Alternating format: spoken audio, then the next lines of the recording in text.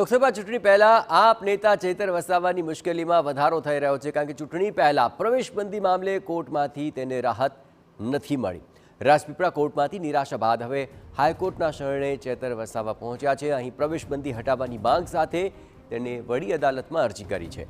ભરૂચ લોકસભાના ઉમેદવાર હોવાથી મતદારો પાસે મત માંગવો એ અધિકાર હોવાનું ચૈતરનો રજૂઆત છે। અગાઉ રાજપીપળા કોર્ટે નર્મદામાં પ્રવેશબંધી હટાવવાની માંગ ફગાવી દીધી હતી। આગામી દિવસોમાં ગુજરાત હાઈકોર્ટમાં આ અંગે સુનાવણી હાથ ધરાશે। તો હવે સમગ્ર મામલે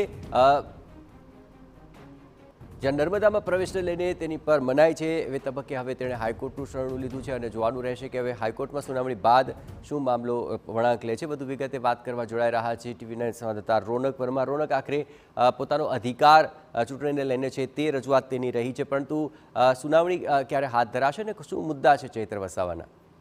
જી બિલકુલથી આમ આદમી પાર્ટીના સભ્ય, ગુજરાત વિધાનસભાના સભ્ય અને જે લોકસભા ચૂંટણી આવી રહી છે તેમાં ભરૂચમાંથી ઉમેદવાર જાહેર કરાયેલા ચૈતર વસાવાની સામે મુશ્કેલી ઓછું થવાનું નામ નથી લઈ રહી।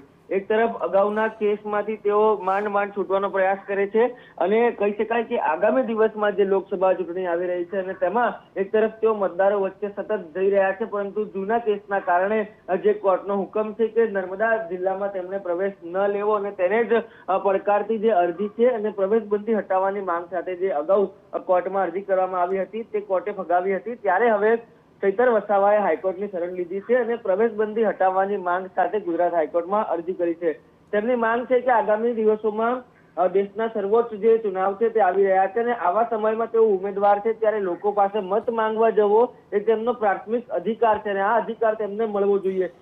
ચોક્કસ શરતો સાથે ગુજરાત હાઈકોર્ટ તેમને પ્રવેશબંધી માટે રાહત આપે તે પ્રકારની પણ ચૈતર વસાવાએ અરજીમાં માંગ કરી છે। ત્યારે આ તમામ જે માંગ છે તે હાઈકોર્ટ સમક્ષ આગામી દિવસોમાં મૌખિક રીતે દલીલ સ્વરૂપે પણ કરવામાં આવશે। ત્યારે અત્યારે જે અરજી છે તે લિસ્ટ થઈ છે એમાંથી ઓબ્જેક્શન દૂર થઈ ગયા છે। આગામી દિવસોમાં ખૂબ ટૂંકા સમયમાં આ અરજી છે તે ગુજરાત હાઈકોર્ટના બોર્ડ ઉપર આવે તેવી પૂરેપૂરી શક્યતાઓ જોવાઈ રહી છે, પરંતુ અત્યારે જે મહત્વની જાણકારી મળી રહી છે તે પ્રમાણે રાજપીપળા કોર્ટે પ્રવેશબંધીની માંગની અરજી ફગાવ્યા બાદ હવે ચૈતર વસાવા છે તે ગુજરાત હાઈકોર્ટની શરણે આવ્યા છે અને આમ આદમી પાર્ટી ભરૂચ લોકસભાના ઉમેદવાર તરીકે લોકો વચ્ચે મત માંગવા જઈ શકે તેવી રાહત પણ તેમણે માંગી છે।